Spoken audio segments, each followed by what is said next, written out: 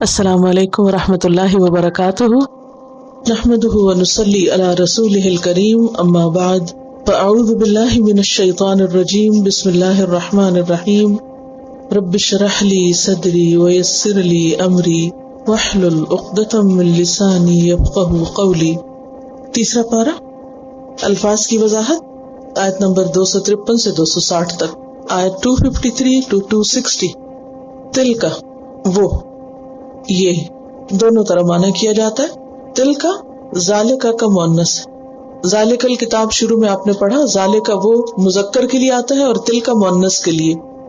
الرسل رسول کی جمع، فضلنا فضیلت دی ہم نے، فا ضاد لام فضل سے ہے، فضلنا فضل یفضل تفضیل فضیلت دینا، ترجیح دینا، از راہ احسان کسی کو کسی اچھی چیز میں اس کے حق سے زیادہ بخشنا، یعنی احسان کے طور پر کسی کو اس کے حق سے زیادہ کوئی اچھی چیز دینا۔ کیا سمجھ آیا؟ فضل کیا ہے؟ بطور احسان، یعنی حق نہیں، کیا ہے؟ احسان، بطور احسان کسی کو کوئی اچھی چیز اس کے حق سے زیادہ بخشنا۔ بعدہم ان میں سے بعض کو، کن میں سے؟ رسولوں میں سے، علی بعض اوپر بعض کے، منہم ان میں سے، کن میں سے؟ رسولوں میں سے۔ بعض ایسے ہیں من جن سے کلم اللہ کلام کیا اللہ نے، کلم یکلم تکلیم کلام کرنا، کلام کہتے ہیں مختصر بات کو، جیسے شاعر کا کلام ہوتا ہے، اور کلام یک طرفہ گفتگو بھی ہوتی، ون سائیڈڈ، جیسے اس وقت میں آپ سے کلام کر رہی ہوں، آپ نہیں بول رہے، صرف میں ہی بولے چلی جا رہی ہوں، تو یہ کلام ہے، یعنی ڈائلاگ کے لیے کلام کا لفظ نہیں آتا۔ کلم اللہ کلام کیا اللہ نے، ورفع اور بلند کیا، بعدہم ان میں سے بعض کو، درجات درجوں میں، درجات درجت ان کی جمع ہے۔ وآتینا اور دی ہم نے، عیسیٰ ابن مریم عیسیٰ ابن مریم یعنی مریم کے بیٹے عیسیٰ علیہ السلام کو، البینات روشن نشانیاں، بینت ان کی جمع یعنی معجزات اور آیات، انجیل اور اس کے علاوہ دیگر معجزات۔ وَأَيَّدْنَاهُ اور تائید کی ہم نے اس کی، اید یؤید تأیید قوت دے کر مدد کرنا، یعنی کسی کو سپورٹ دینا یا مدد دے کر کسی کو تقویت پہنچانا۔ بروح القدس ساتھ روح پاک کے، اشارہ ہے جبریل علیہ السلام کی طرف، جس کا ذکر آیت 87 میں پیچھے گزر چکا ہے۔ وَلَوْ شَاءَ اللَّهُ اور اگر چاہتا اللہ، مَقْتَتَلَ نہ لڑائی کرتے، اقتتل یقتتل اقتتال کسی کو قتل کرنے کا اہتمام کرنا، الذین وہ لوگ، من بعدہم جو ان کے بعد تھے، من بعد ما اس کے بعد، جاءتہم آئی ان کے پاس، البینات روشن نشانیاں، ولیکن لیکن، اختلفوا انہوں نے اختلاف کیا، اختلف یختلف اختلاف اردو میں بھی استعمال ہوتا ہے۔ فمنہم تو بعض ان میں سے، من جو آمن ایمان لے آئے، ومنہم اور ان میں سے بعض نے، من جس نے کفر کفر کیا نہ مانے۔ ولو اور اگر شاء اللہ چاہتا اللہ، شیء سے، مقتتلوا تو وہ نہ لڑتے، ولیکن اللہ لیکن اللہ، یفعل کرتا ہے، فعل یفعل فعل، ما یرید جو وہ چاہتا ہے، ارادہ رکھتا ہے۔ یا ایھا الذین آمنوا اے وہ لوگو جو ایمان لائے ہو، انفقوا خرچ کرو، انفق ینفق انفاق خرچ کرنا، نون فا قاف اس کا روٹ ہے، نفق کہتے ہیں سرنگ کو۔ سرنگ کیا ہوتی؟ ٹنل، ایسی سرنگ جس کے دونوں طرف سوراخ ہو۔ ایک تو ہوتا ہے نا بل سا، جس میں ایک طرف سوراخ ہو، ایک طرف صرف انٹری کی جگہ اور اسی سے باہر نکلنا۔ نفق ہوتی ہے وہ ٹنل جس میں دونوں اینڈ پر سوراخ ہو، ایک طرف سے چیز داخل ہو اور دوسری طرف سے نکل جائے، اور مراد اس سے ہے جمع شدہ مال میں سوراخ کرنا، یعنی اس کو خرچ کرنا۔ نفق سوراخ ہوا نا ایک طرح سے۔ مما اس میں سے جو، یعنی سارا نہیں، اس میں سے بعض، رزقناکم جو رزق دیا ہم نے تم کو، اور رزق کہتے ہیں عطا کو، بخشش کو. صرف مال کے لیے نہیں ہوتا یہ لفظ. رزق کا معنی کیا ہے؟ عطا، بخشش، عنایت. مثلاً کیا کیا چیز رزق ہوتی ہے؟ مال، علم، اولاد، وسائل، صلاحیتیں، یہ سب چیزیں رزق ہیں، اللہ کی عطا ہے، بخشش. من قبل، اس سے پہلے، ان یاتیا، کہ آ جائے، یومن، ایک دن، مراد ہے قیامت کا، لا نہیں، بیع، تجارت. بیع کہتے ہیں تبادلہ اشیاء کو، ایکسچینج آف گڈز، لین دین کرنا، لینا اور دینا، خرید و فروخت مراد ہے. فی ہی، اس دن میں، ولا، اور نہ، خلتن، دوستی. خلتن کا لفظ جو ہے یہ خلل سے ہے، خا لام لام، خلل. چلیے خلل کس کو کہتے ہیں پہلے یہ بتائیے. خلل ہے دماغ کا. خلل اندازی کس کو کہتے ہیں؟ دخل اندازی. ٹھیک ہے، اب صحیح ترجمہ کیا. خلل اندازی، دخل اندازی. تو خلال ہوتا ہے کسی چیز کے اندر داخل ہونے کی جگہ. جو دانتوں میں خلال ہے، یا داڑھی کا خلال کرتے ہیں، یا انگلیوں میں خلال کرتے ہیں. کیسے کرتے خلال؟ یعنی آپ کی انگلیاں جو ہیں وہ دوسری انگلیوں میں دخل اندازی کرتی ہیں، داخل ہو جاتی ہیں. تو اسی سے پھر خلتن، دوستی کو کہتے ہیں ایسی دوستی کہ جو انسان کے دل میں داخل ہو جائے، خلل ڈال دے. ٹھیک ہے. عربی کا ایک شعر ہے، ایک شاعر کہتا ہے قد تخللت مسلک الروح منی وبذا سمی الخلیل خلیلا. قد تخللت، تو داخل ہو گئی ہے، مسلک الروح، روح کی طرح داخل ہونا، منی، مجھ میں. یعنی جس طرح جسم کے اندر روح داخل ہو گئی ہے. اب کیا ہو گیا؟ جسم اور روح الگ الگ چیزیں تو نہیں رہی. کیا ہو گیا؟ زندگی اسی سے ہو گئی نا. وبذا، اور اسی وجہ سے، سمیہ، نام رکھا گیا ہے، الخلیل، دوست کا، خلیلا، دوست. یعنی دوست کو دوست اسی وجہ سے کہا جاتا ہے کیونکہ وہ آپ کی زندگی میں ایک طرح سے خلل انداز ہو جاتا ہے، شریک ہو جاتا ہے. تو خلہ کہتے ہیں گہری دوستی کو. یہ محبت سے بھی اگلا درجہ ہوتا ہے. ایک ہوتی ہے محبت اور ایک ہوتی ہے خلت. ٹھیک ہے. اب آپ دیکھیے کہ اللہ سبحانہ وتعالیٰ نے ابراہیم علیہ السلام کے لیے یہ لفظ استعمال کیا کہ واتخذ اللہ ابراہیم خلیلا. اب آپ دیکھیے کہ رسول اللہ صلی اللہ علیہ وسلم نے حضرت ابو بکر کے بارے میں فرمایا تھا لو کنت متخذا من امتی خلیلا لاتخذت ابا بکر. اگر میں اپنی امت میں سے کسی کو اپنا خلیل بناتا تو وہ ابو بکر ہوتے، لیکن آپ نے ان کو اپنا حبیب بنایا. حبیب جو ہے یہ محبت سے اور خلت سے نچلا درجہ ہے، اور خلیل صرف اللہ سبحانہ وتعالیٰ کے لیے. والذین آمنوا اشد حبا للہ. ایمان والوں کے لیے سب سے شدید محبت کس کے لیے ہوتی ہے؟ اللہ کی ہوتی، اور بندوں کی محبت اس سے نیچے ہوتی. تو اسی لیے آپ نے کیا فرمایا؟ اگر میں کسی کو خلیل بناتا تو وہ ابو بکر ہوتے. تو خلیل کون ہوا؟ جس سے بہت ہی شدید محبت ہو. قیامت کے دن کوئی کسی کا خلیل نہیں ہوگا، کوئی کسی کے کام نہیں آئے گا، کیونکہ دوست کام آتے ہیں. ولا شفاعہ، اور نہ شفاعت. شفاعت شین فا عین، شفع یشفع. شفع کا مطلب ہوتا ہے ایک چیز کو دوسری کے ساتھ ملانا اور اس کو تقویت دینا، اور عموماً شفاعت استعمال ہوتی ہے واسطے وسیلے کے معنوں میں، یعنی کسی کا واسطہ وسیلہ کام نہیں آئے گا.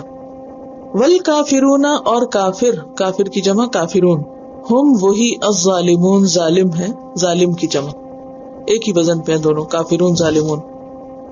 اللہ لا نہیں، الہ کوئی الہ. پیچھے اس کی وضاحت کر چکی ہوں، اگر کچھ یاد ہے تو بتائیے کیا یاد ہے. کون ہوتا ہے الہ؟ الہ بمعنی مألوہ، مألوہ معبود. کیسا معبود؟ کیسی عبادت جس میں دو چیزیں ہوں، محبت اور تعظیم. تو الہ وہ ہوتا ہے جس کی عبادت کی جائے.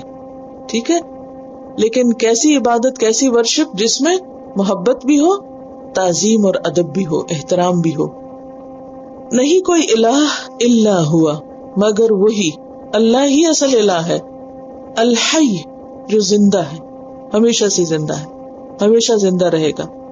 القیوم، قائم ہے، قائم رہے گا، قیام سے یعنی تھامنے والا ہے، قائم رکھنے والا ہے، خود قائم ہے، کسی سہارے کی ضرورت نہیں اس کو.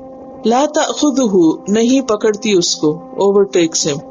سنتن اونگ، ڈراؤزینس ابتدائی نیند کے لیے آتا ہے جب انسان کا سر بھاری ہونے لگتا ہے نیند کی وجہ سے، لیکن ابھی گہری نیند میں نہیں جاتا، تو سنا ہے نیند کا ابتدائی درجہ، اونگ آتی ہے جب انسان کو. ولا نوم اور نہ نیند، نیند کی تو ایکسپلینیشن کی ضرورت نہیں لہو اس کے لیے ہے، کیونکہ جب وہ آ جاتی ہے تو بے بس کر دیتی ہے، پھر سب کام بھول جاتے ہیں انسان کو. لہو اس کے لیے ہے ما جو بھی فی السماوات آسمانوں میں ہے، سما کی جمع، وما فی الارض اور جو زمین میں ہے. من کون ہے، ذا وہ، الذی وہ جو، یشفع شفاعت کرے، انٹرسیڈ کرے، عندہ اس کے پاس، الا مگر، باذنہ بائی ہز پرمیشن، اسی کے اذن کے ساتھ، یعلم وہ جانتا ہے، ما جو بینا درمیان ہے، ایدیہم ان کے ہاتھوں کے یعنی سامنے، وما اور جو خلفہم ان کے پیچھے ہے. ولا یحیطون اور نہیں وہ احاطہ کر سکتے، گھیر سکتے، انکمپس کر سکتے، بشیء کسی بھی چیز کو. احاطہ جو ہے آپ نے اردو میں سنا ہوگا احاطے کا لفظ، حائط کہتے ہیں عربی میں دیوار کو، اور احاطہ کہتے ہیں چار دیواری کے اندر کی چیز، باؤنڈریز جو ہوتی ہے. مراد ہے اس سے گھیرنا، انسرکل کرنا، انکمپس کرنا. بشیء کسی چیز کو، من علم ہی اس کے علم میں سے، الا مگر، بما شاء ساتھ اس کے جو وہ چاہے، وسع وسیع ہے، کرسیہ اس کی کرسی، السماوات آسمانوں میں، والارض اور زمین پہ. ولا اور نہیں، یعودہ تھکاتی اس کو، آد یعود، حمزہ واو دال اس کا روٹ ہے، عود بوجھ اور گراں باری کی وجہ سے تھک جانا، کسی چیز کا بھاری ہو جانا کہ انسان سنبھال نہ سکے. ولا یعودہ اور نہیں تھکاتی اس کو، یعنی اللہ تعالیٰ کے لیے کچھ بھی بوجھل نہیں. حفظہما ان دونوں کی حفاظت، کن دونوں کی؟ زمین و آسمان کی. وہوا اور وہ، العلی بہت بلند ہے، العظیم بہت عظمت والا ہے. لا نہیں، اکراہ کوئی جبر، کاف راہا اس کا روٹ ہے، کرہن پیچھے آپ پڑھ چکے ہیں، کرہن لکم ناپسند ہے تم کو، کسی چیز کو ناپسند کرنا. فی الدین دین میں، مراد اس سے جبر، دین میں کوئی جبر نہیں. قد تحقیق تبین واضح ہو گئی، کلیئر ہو گئی. الرشد ہدایت یعنی راہ حق، من الغی گمراہی سے. ایک ہوتا ہے نا دلال اور ایک ہوتا غی، دونوں ہی گمراہی کے لیے آتے ہیں لیکن ان میں فرق ہے تھوڑا سا. فرق کیا ہے؟ غی وہ گمراہی ہوتی ہے جو جہالت اور غلط اعتقاد پر مبنی ہوتی، یعنی جہالت کی بنیاد پر کسی کا بھٹکنا، اور بعض لوگ تو علم کے ساتھ بھی بھٹکتے ہیں. فمن یکفر تو جو کوئی کفر کرے گا، بالطاغوت طاغوت کا، طاغوت کا لفظ جو ہے طاغین یا سے ہے، طغا، طغا کا مطلب ہوتا ہے سرکشی کرنا، حد سے بڑھ جانا. طاغوت حد سے بڑھنے والا، ہر وہ چیز جو بندگی کی حد سے باہر نکل جائے. طاغوت کیا ہے؟ ہر وہ چیز جو بندگی کی حد سے باہر نکل جائے. تو کس حد میں داخل ہو جائے گی؟ جو بندگی کی حد سے نکلا وہ کس حد میں داخل ہو جائے گا؟ اللہ کی حدود میں دخل اندازی کرے گا. ٹھیک ہے، اصل میں طاغوت کا لفظی معنی کیا ہے؟ سرکش، حد پار کرے. اب آپ دیکھیں کہ اگر کوئی چیز جیسے دریا میں طغیانی آتی ہے تو پانی کیا کرتا ہے؟ حدیں پار کرتا ہے، لمٹس کراس کرتا ہے، پھر وہ کدھر جاتا ہے؟ شہر میں جاتا ہے. تو سرکشی کر رہا ہے نا پانی، اس کی جگہ کوئی تھی وہاں سے نکل کے کہیں اور پہنچ گیا تو اس کا حق نہیں تھا کہ وہاں جائے، وہ تو بربادی ہوگی. اسی طرح کوئی بھی آبجیکٹ، کوئی بھی بینگ، کوئی بھی وجود، کوئی بھی چیز جس کو اللہ نے کریٹ کیا ہے، ان سب کو اپنی بندگی کے لیے اللہ نے بنایا، سب اللہ کے فرما بردار. اگر کوئی چیز بندگی کی حد سے باہر نکلے اور الہ بننا چاہے تو وہی طاغوت ہو گیا. اللہ کے علاوہ جتنی بھی چیزیں ہیں جن کی لوگ پرستش کرتے سب طاغوت ہے، خواہ وہ انسان کا اپنا نفس ہو یا شیطان ہو یا درخت اور پتھر وغیرہ ہو، کوئی بھی چیز. وَيُؤْمِنْ اور ایمان لائے، باللہ اللہ پر، فقط پس تحقیق، استمسک روٹ بتائیے، میم سین کاف پیچھے آپ پڑھ چکے ہیں. فامسکوہن. کیا مانا ہے؟ کسی چیز کو مضبوطی سے پکڑنے کا ارادہ کرنا، گراسپ کرنا. بالعروتی، عروہ، عروہ عین را واو سے ہے، نام بھی ہوتا ہے. عروہ کہتے ہیں کڑے کو، وہ چیز جو دوسری سے چمٹ جائے، برتن کا ہینڈل وغیرہ، دروازے کا ہینڈل، وہ کڑا نہیں ہوتا گول. اسی طرح جو سوئمنگ پول کے اندر پکڑنے کی چیزیں ہوتی ہیں وہ بھی عروہ ہوتا ہے. کبھی آپ نے بس میں سفر کیا ہوگا تو بس میں بھی عروہ لٹکا ہوتا ہے، جس کو آپ پکڑ لیتے ہیں تو پھر کیا ہوتا ہے، گرتے نہیں. ٹھیک ہے، لیکن اس کو پکا ہونا چاہیے ورنہ لے ڈوبے گا. تو وثقہ اس کے لیے آیا، وثقہ جو کبھی نہیں ٹوٹے گا، مضبوط ہے، پکا ہے، مضبوط ترین. وثقہ جو ہے یہ اسم تفضیل ہے. کیسے؟ مؤنث ہے اصل میں، اس لیے جیسے حسن سے حسنہ. ٹھیک، اسی طرح وثقہ جیسے کبرا، صغرا، وثقہ. وثقہ مضبوط، مضبوط ترین. صرف مضبوط نہیں، مضبوط ترین، مضبوط ترین ہینڈ ہولڈ یا کڑا پکڑ لیا اسے. لن فسامہ، نہیں ٹوٹنا. فا صاد میم، فصم. پہلے بھی شاید میں نے عرض کیا ہو کہ فا سے اکثر فعل جو شروع ہوتے ہیں ان میں جدائی اور ٹوٹنے اور الگ الگ ہونے کا معنی پایا جاتا ہے. جیسے فصل، کل آپ نے پڑھا تھا، فصل کا کیا معنی؟ جدا ہونا، الگ ہونا. اسی طرح فصم، اسی طرح فطم، فطام ہوتا ہے بچے کا دودھ چڑانا، ماں سے الگ کرنا. اس طرح فرق، فرق ڈالنا. اسی طرح فجر، پھوٹ پڑنا، فنفجرت. اسی طرح فسق، یہ عربی کی خاص خصوصیت ہے. حروف کے اندر بھی خاصیتیں ہیں، ان کے اندر بھی اثرات ہیں. اسی لیے آپ نے دیکھا ہوگا کہ جب قرآن پاک پڑھ کر دم کرتے ہیں تو اس کے انسان کے جسم کے اوپر اثرات ہوتے ہیں. کیونکہ عربی زبان کی ایک خاص یہ خوبی ہے کہ اس کے حروف جو ہیں وہ بھی اپنی ایک الگ الگ تاثیر رکھتے ہیں. حتیٰ کہ قرات کے اندر بھی جو ان کے مخارج ہیں وہ الگ الگ ہیں، اور ان کی پھر اپنی خاصیتیں بھی ہیں کہ ان کو پروناؤنس کیسے کرنا ہے. موٹا پڑھنا یا باریک پڑھنا ہے، یا اس کے اندر کیسی ساؤنڈ ہوگی. کسی کے اندر سیٹی کی ساؤنڈ ہے، کسی کے اندر کسی اور چیز کی. تو اسی لیے قرآن پاک جب ہم سنتے ہیں اس کی تلاوت تو ہماری روح پر، دل دماغ پہ اثر کرتا ہے. کیونکہ ہر جو حرف ہے نا اس کے لیے اندر ایک الگ پوائنٹ ہے جہاں جا کے وہ ٹچ کرتا ہے اور اس کو پھر وہ ہلا کے رکھ دیتا ہے.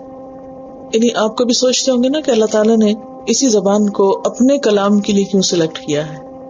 تو یہ زبان عام زبان نہیں ہے، اور معجزہ ہے کہ 1400 سال سے اس میں کوئی تبدیلی بھی نہیں ہوئی. یعنی آج بھی یہ اسی طرح سمجھی جاتی، ورنہ تو ہر کچھ عرصے کے بعد زبانوں میں اتنی تبدیلی آ جاتی کہ اگلی جنریشن اس کو سمجھتی نہیں. اسی طرح کل آپ نے فرغا بھی پڑھا تھا، افرغ علینا، تو اس میں بھی کیا تھا؟ انڈیل دینا، الگ کر دینا، یعنی کہ جدائی کا معنی. لن فسام لہا، نہیں ٹوٹنا، دراڑ آنے کے معنی میں ہوتا ہے. یہ فسام جو ہے، فسم ایسا ٹوٹنا ہوتا ہے کہ جس میں ٹوٹ کے الگ نہیں ہوتا. شق میں تو الگ ہو جاتا ہے نا، ٹکڑا ہو جاتا ہے، لیکن اس میں صرف دراڑ آتی ہے. جس بازو کا گاڑی کی جو آپ کی ونڈ سکرین ہوتی ہے اس کے اوپر کچھ لگ جائے تو بیچ میں کریک آ جاتے ہیں، مگر وہ اپنی جگہ بھی لگے رہتے ہیں، یعنی کہ پھر محفوظ نہیں رہتی وہ چیز جس کے اندر دراڑ آ جائے. لن فسام لہا، یعنی اس میں تو دراڑ بھی نہیں آئے گی. واللہ، اور اللہ، سمیع، سننے والا ہے، علیم، جاننے والا ہے. اللہ، اللہ، ولی، دوست ہے، مددگار ہے، کارساز ہے، ساتھی ہے، حمایتی ہے. الذین، ان لوگوں کا، آمنوا، جو ایمان لائے، یخرجہم، وہ ان کو نکالتا ہے، من الظلمات، اندھیروں سے. ظلمات جمع ہے ظلمت کی، اور ظلمت کہتے ہیں اندھیرے کو. الی النور، طرف نور کے. والذین، اور وہ لوگ، کفروا، جنہوں نے کفر کیا، اولیاءہم، یہ ولی کی جمع ہے، اولیاء، ان کے دوست، الطاغوت، طاغوت ہیں. یخرجونہم، جو ان کو نکالتے ہیں، من النور، روشنی سے، الی الظلمات، اندھیروں کی طرف. اولئک، یہی لوگ، اصحاب النار، آگ کے ساتھی ہیں. ہم فیہا خالدون، وہ اس میں ہمیشہ رہنے والے ہیں. الم ترا، کیا تم نے نہیں دیکھا؟ اس کی وضاحت ہو گئی نا، 2 دفعہ ہوئی تھی، وہی معنی یاد کر لیجئے.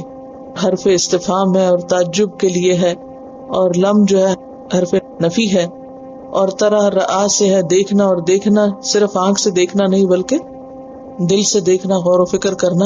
الی الذی، طرف اس شخص کے، اشارہ ہے نمرود بن کنان کی طرف. حاجہ، جس نے جھگڑا کیا تھا، آرگیومنٹ کی تھی.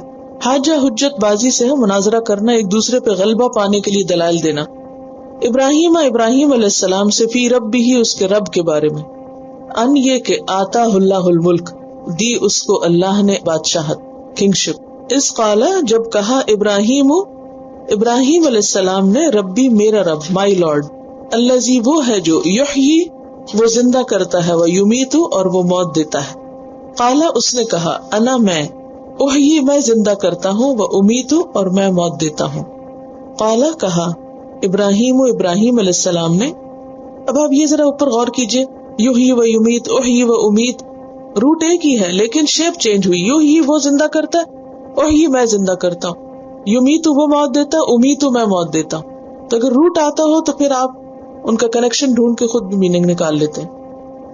قال ابراہیم علیہ السلام نے کہا فإن اللہ پس بے شک اللہ یأتی لاتا ہے بالشمس سورج کو، من المشرق مشرق سے، فأتی تو لے آ بہا اس کو، من المغرب مغرب سے. یاد ہے آپ کو مشرق اور مغرب کی وضاحت؟ کون سا اسم ہے یہ؟ ظرف مفعل کے وزن پر.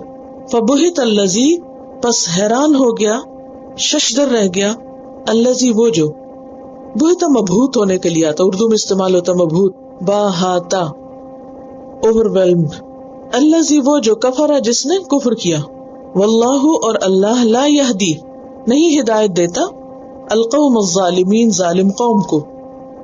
او یا کلذی اس شخص کی طرح، مرہ جو گزرا، مرہ یمر مرور گزرنا، علی اوپر قریتن ایک بستی کے، ٹاؤن شپ کے، وہیا اور وہ، خاویتن گری پڑی تھی، خوا یخوی سے، خوا کیسے لکھیں گے؟ الف سے نہیں لکھیں گے، یا سے لکھیں گے، اور یا کے اوپر مد ہوگی، واو کے اوپر بیسیکلی ہوگی.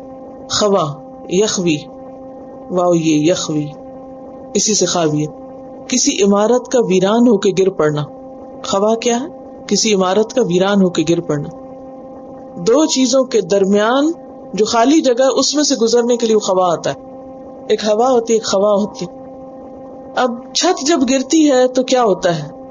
تصور میں لائیے، دو دیواروں کے بیچ جو خالی جگہ ہوتی ہے اس میں نیچے گر پڑتی، یہ ہے خاویہ، یعنی فالن انٹو روئن. علی عروشہا اپنی چھتوں پر، عروش جمع ہے عرش کی. ہر وہ چیز جو سایہ کرے اس کو عرش کہتے ہیں. عرش کیا ہوتا ہے؟ ہر وہ چیز جو سایہ کرے. جیسے بعض بیلوں کو چڑھاتے ہیں نا اوپر، چھپر سا بنتا ہے، تو اس کو بھی عرش کہتے ہیں. قالا کہا انا کیوں کر، کس طرح، یحیی زندہ کرے گا، ہذہ اس کو، اللہ اللہ، بعد موتہا اس کی موت کے بعد. فاماتہ اللہ تو مار دیا اس کو اللہ نے.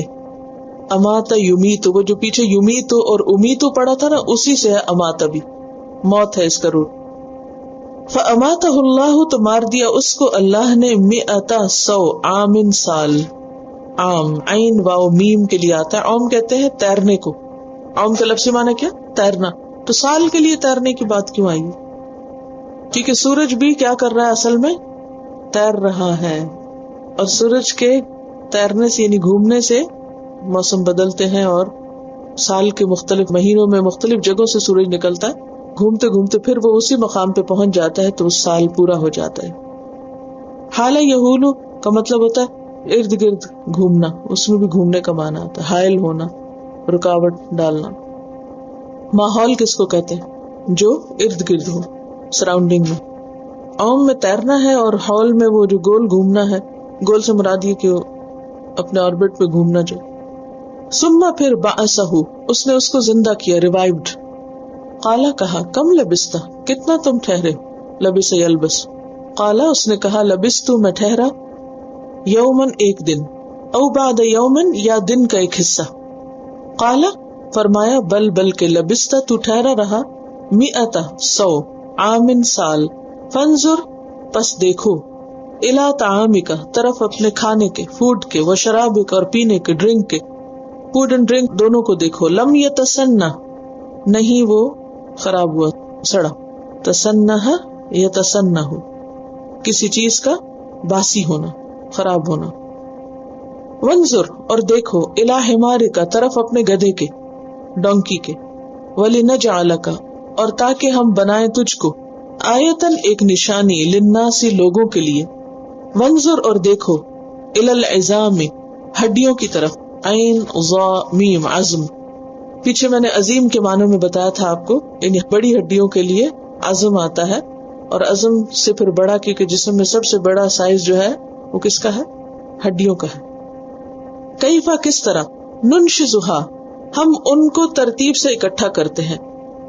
ننشزو کا لفظ جو ہے نون شین زائی سے ہے، زی کھڑا کرنے کے لیے آتا ہے، ناشز اٹھنے والا، ٹو ریز. کیسے ہم ان کو کھڑا کرتے ہیں، ترتیب سے اکٹھا کرنے کے لیے بھی آتا ہے، یعنی کس طرح ہم ان کو جوڑ کے اسکیلٹن بناتے ہیں. ثم پھر نکسوہا ہم اس کو پہناتے ہیں. کسا یکسو کسوہ پیچھے پڑا، کہاں پڑا ہے؟ بس صرف ریفرنس دے دیجیے جی. کسوتہن عورتوں کا لباس، کن عورتوں کا؟ جو دودھ پلائیں. ثم نکسوہا پھر ہم ان کو پہناتے ہیں. کن کو پہناتے ہیں؟ ہڈیوں کو. کیا؟ لحما گوشت، یعنی گوشت کا ایک لباس پہناتے ہیں.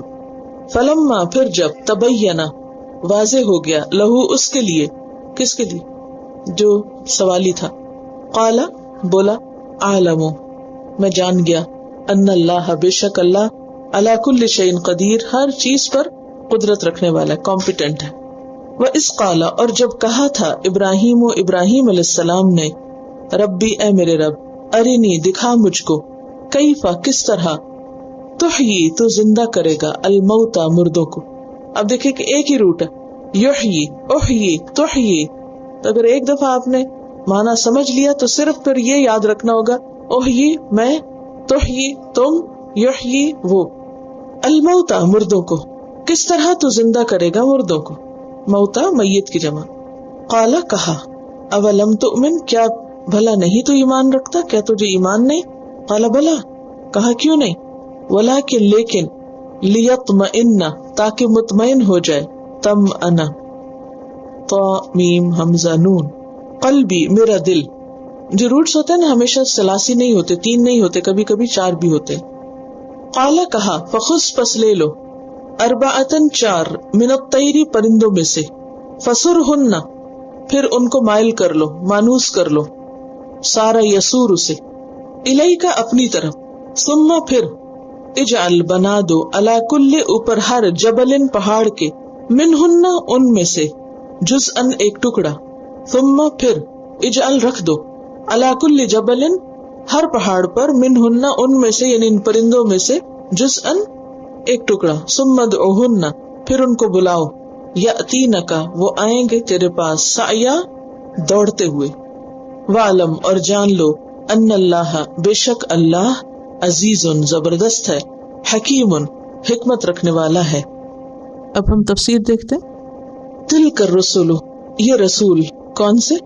جن کا پچھلی آیت میں ذکر کیا گیا.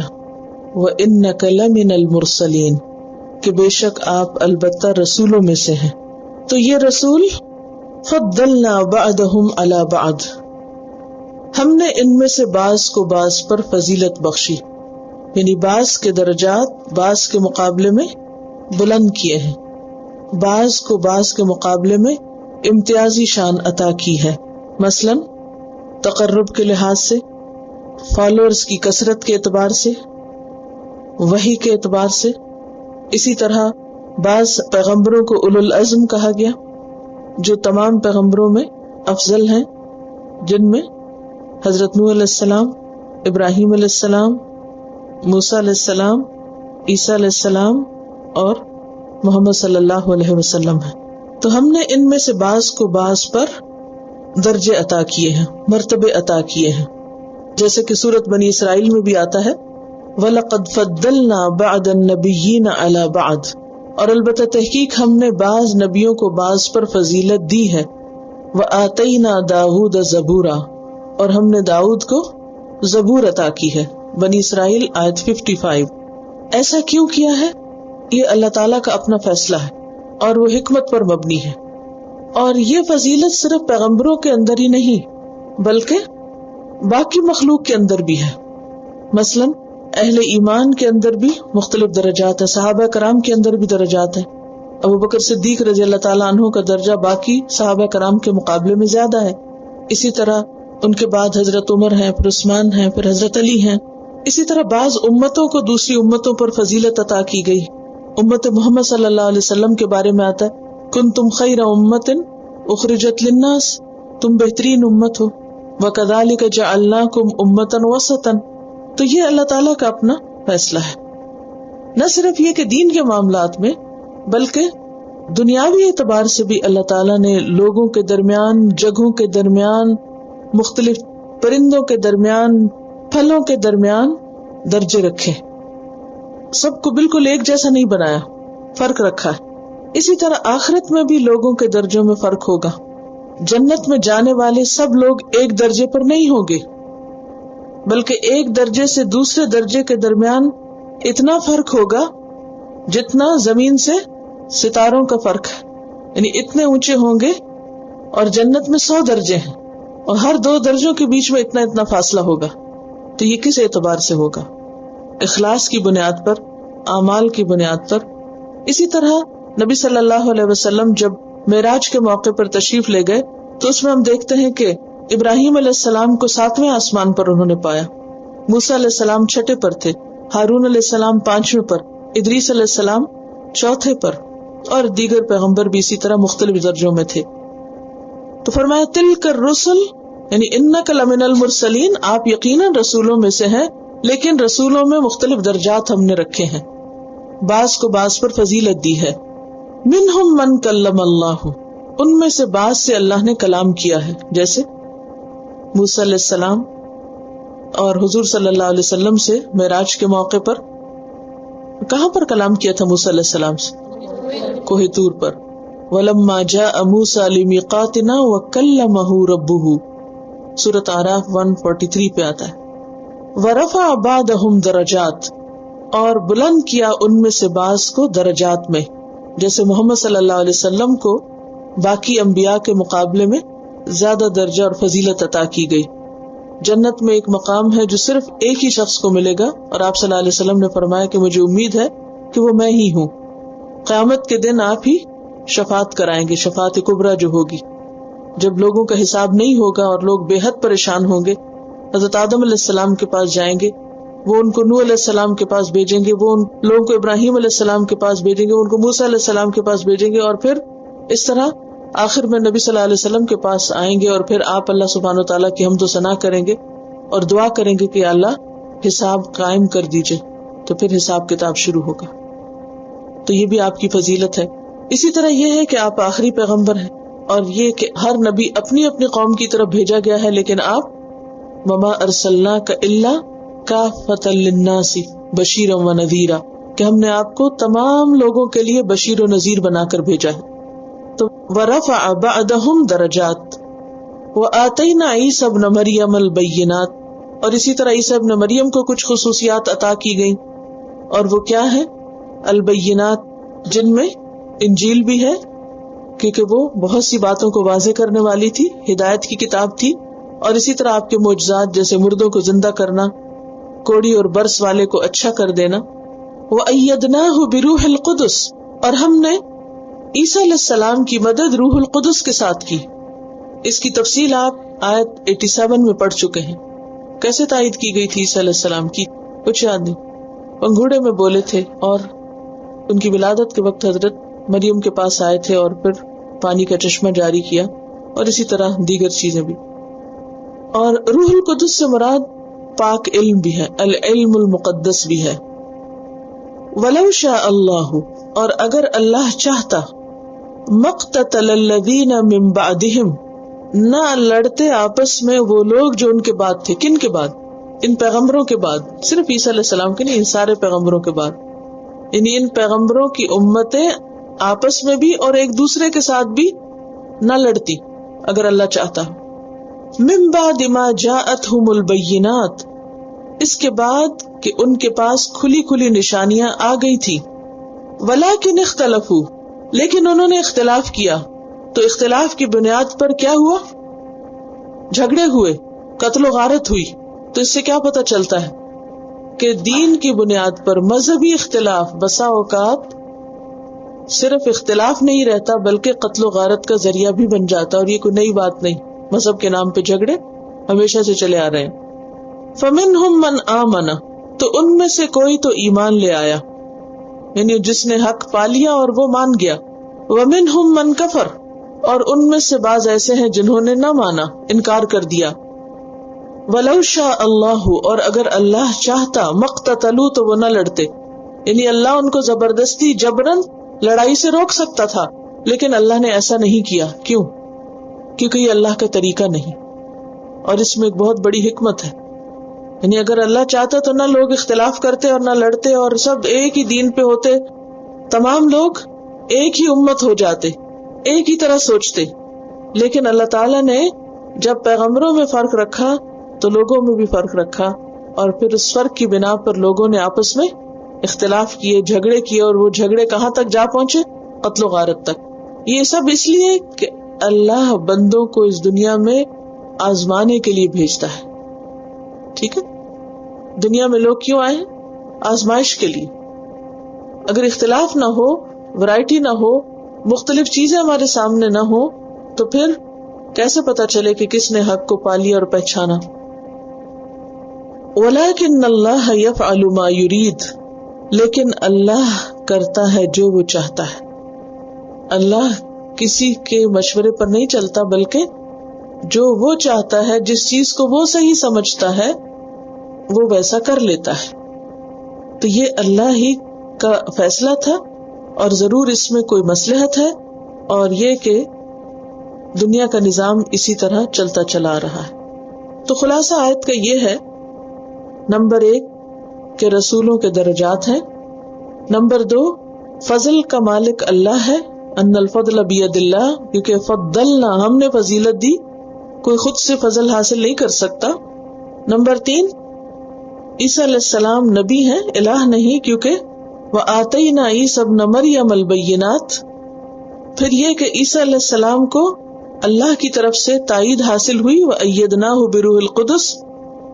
اور پھر یہ کہ دینی اختلافات قتل کی طرف لے جاتے ہیں، بعض اوقات لوگ حق کو پا کر بھی اسے قبول نہیں کرتے، تعصب کی وجہ سے، ضد اور ہٹ دھرمی کی وجہ سے، نتیجتاً جدال اور قتال ہوتا ہے۔ اور اللہ نے لوگوں کے لیے جبر کا طریقہ اختیار نہیں کیا، بلکہ ان کو اختیار دیا، حق ان پہ واضح کر دیا، کیونکہ بینات کا لفظ بار بار آیا ہے، اور پھر لوگوں کے اوپر چھوڑا کہ وہ اس حق کو پہچانے اور اس کو قبول کرے۔ تو جنہوں نے قبول کیا، مان لیا، ان کے درجات بلند ہو گئے، اور جنہوں نے نہیں مانا وہ پستی اور ذلت میں چلے گئے۔ تو اس آیت کو یہاں کیوں لایا گئی؟ کیا بتانے کو؟ پیچھے طالوت جالوت کا قصہ گزرا، وجہ کیا ہے؟ غور کیجئے، کیونکہ علم ترى کے بعد غور و فکر کی دعوت دی گئی ہے، تو غور کیجئے کہ یہ آیت یہاں کیوں آ گئی۔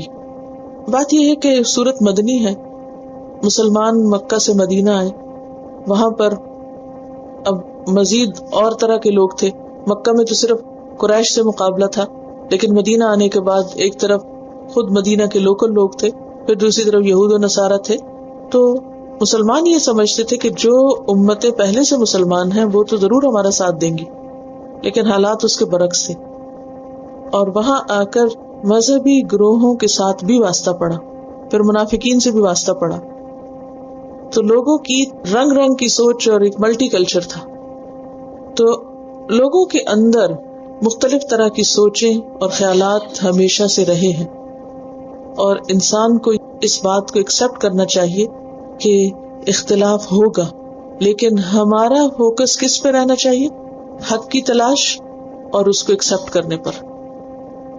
دین کے نام پر اختلاف اور فتنے کو ہوا نہیں دینی چاہیے، باہم لڑنا جھگڑنا نہیں چاہیے، اور وہ لڑائی جھگڑا جو ہے وہ قتال تک تو بالکل بھی نہ پہنچے۔ اور یہ ہے کہ اللہ نے اس چیز کی چونکہ لوگوں کو آزادی دی ہے، اس لیے بعض اوقات لوگ اس آزادی کا ناجائز استعمال بھی کر رہے ہیں۔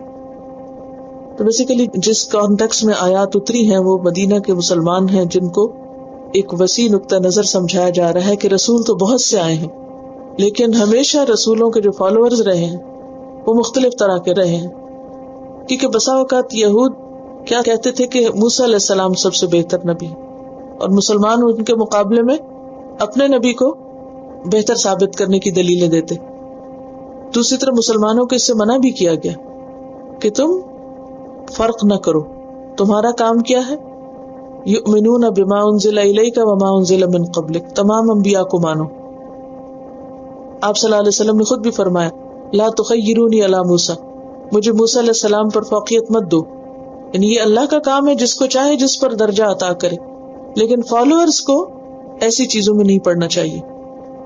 پھر فرمایا یا ایھا الذین آمنوا، اے لوگو جو ایمان لائے ہو. اہل ایمان کو خطاب ہے، ہم سب کو. کیا کرو؟ انفقوا، خرچ کرو. کیا خرچ کرو؟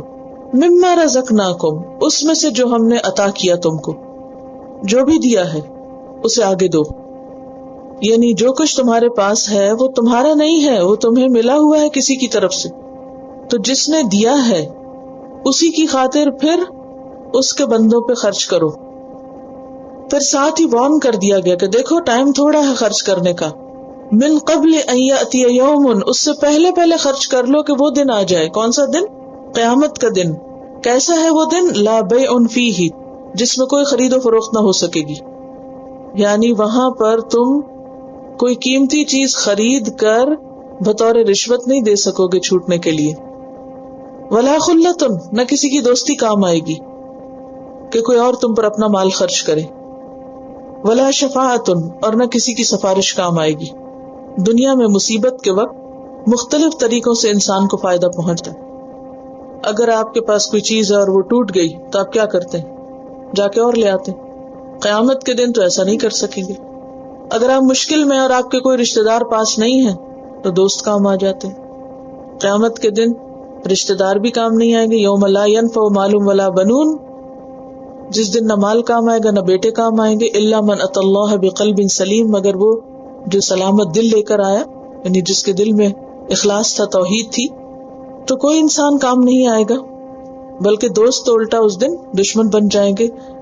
سورۃ الزخرف آیت 67 میں آتا ہے الاخلاء یومئذ بعضهم لبعض عدو الا المتقین، متقین کے سوا سارے دوست ایک دوسرے کے دشمن بن جائیں گے. دوست دشمن بن جائیں گے، کام تو دور کی بات کہ کوئی آئے. ولا شفاعت، اسی طرح دنیا میں کوئی مشکل آتی ہے تو انسان کی اٹکتا پھنستا ہے تو کسی زور والے کی سفارش کرا لی جاتی ہے، لیکن وہاں پر سفارش بھی کام نہ آئے گی. اس لیے وہ دن بہت سخت دن ہے. اس دن کے لیے کچھ کرو. کیا کرو؟ جو کچھ تمہارے پاس ہے اسے آگے خرچ کرو، دوسروں تک پہنچاؤ. چاہے وہ مال ہے، چاہے وہ تمہارا علم ہے، چاہے تمہاری جسمانی طاقت ہے، یا کوئی اور تمہارے پاس ہنر ہے جس سے تم لوگوں کو فائدہ پہنچا سکتے ہو، پہنچاؤ. کیونکہ مومن تو ہوتا ہی فائدہ پہنچانے والا ہے. اس کی نظر فائدے لینے کی طرف نہیں ہوتی، اس کی نظر فائدے دینے کی طرف ہوتی ہے. کیونکہ اسے پتا ہے میں جو کچھ دوں گا مجھے اللہ واپس کر دے گا اور کئی گنا زیادہ بڑھا کے دے گا. قیامت کے دن خاص طور پر صدقہ انسان کو بہت فائدہ دے گا. حدیث میں آتا ہے، مسند احمد کی حدیث ہے، کل امرئ فی ظل صدقتہ یوم القیامہ، ہر شخص قیامت کے دن اپنے صدقے کے سائے میں ہوگا. اس دن کوئی سایہ نہیں ہوگا، سورج بہت قریب ہوگا، تو ہر شخص کو امبریلا چاہیے. جب کہیں آپ دھوپ میں جا رہے ہو تو کیا کرتے ہیں؟ فوراً کیا دل چاہتا ہے؟ کسی درخت کے نیچے ہو جائیں، کوئی سایہ ہو جائے، اگر نہیں تو آپ خود کسی چیز سے کر لیں. تو اور تو کوئی چیز نہیں، وہاں سے خرید و فروخت تو ہے ہی نہیں، کوئی مارکیٹ تو ہوگی نہیں قیامت کے دن کے جہاں سے جا کے آپ کچھ پیسے دے کے ایک امبریلا خرید لائیں. آپ حج پہ جاتے ہیں تو بازو کا کیا ہوتا ہے، اگر آپ کی چھتری کھو گئی، ٹوٹ گئی، تو وہاں جگہ جگہ ملتی ہے اور لے لیتے ہیں. قیامت کے دن کہیں سے کوئی چھتری نہیں ملے گی، وہ آج بنانی پڑے گی. اور وہ کیا ہے؟ مومن کی چھتری قیامت کے دن اس کا صدقہ ہے. آج جو کچھ آپ کسی پہ خرچ کریں گے، کسی کو دیں گے، کل قیامت کے دن وہ آپ کے لیے سایہ بن جائے گا. اسی طرح ایک اور حدیث سے بھی پتہ چلتا ہے کہ 7 لوگ عرش الہی کے سائے تلے ہوں گے جب کوئی سایہ نہ ہوگا. ان میں سے ایک شخص وہ ہوگا رجل تصدق بصدقۃ، ایسا شخص جس نے صدقہ کیا فاخفاها، پھر چھپا کے کیا، حتی لا تعلم شمالہ ما تنفق یمینہ، حتیٰ کہ اس کا بایاں ہاتھ یہ نہیں جانتا کہ دائیں نے کیا دیا. اتنا سیکرٹلی اس نے کسی کو دیا کہ کسی کو خبر بھی نہیں ہوئی. ایسا شخص جو خالصتاً اللہ کے لیے دینے والا ہو، اسے صرف کوئی چھتری نہیں، رحمان کے عرش کا سایہ ملے گا.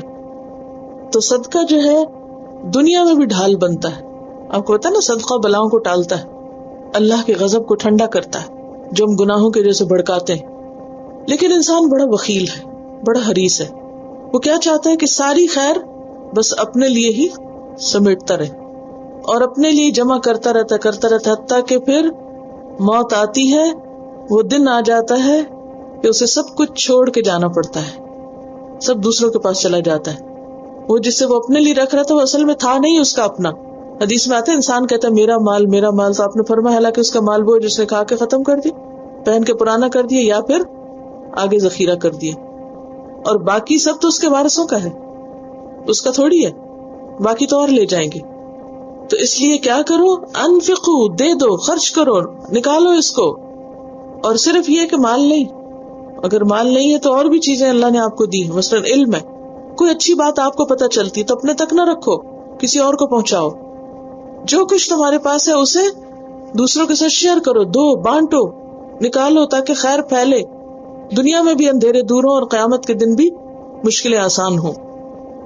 اور یہ بھی آپ کو معلوم ہے کہ جب انسان مر جاتا ہے تو اس کا اپنا عمل تو ختم ہو جاتا ہے. 3 چیزیں بعد میں بھی باقی رہتی ہیں, اور وہ کون سی؟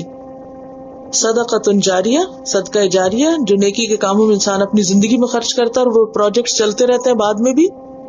وہ علم جس سے لوگ فائدہ اٹھائیں, اور نیک اولاد جو ماں باپ کے لیے دعائیں کرے, اپنی اولاد کی اچھی تربیت کرے. تو تربیت بھی صدقہ ہے ایک طرح سے نا. تو جس دن کوئی تجارت اور کوئی دوستی, کوئی سفارش کام نہ آئے گی, اور کافر تو وہی ظالم ہے. یہاں کافر سے مراد عام کافر بھی ہیں, اور خاص طور پر اللہ کا یہ حکم نہ ماننے والے لوگ کہ جو مال کو سینت کر رکھے اور دوسروں پہ خرچ نہ کریں. ہم الظالمون, وہی ظالم ہیں, یعنی اپنی جان پہ خود ظلم کرنے والے ہیں.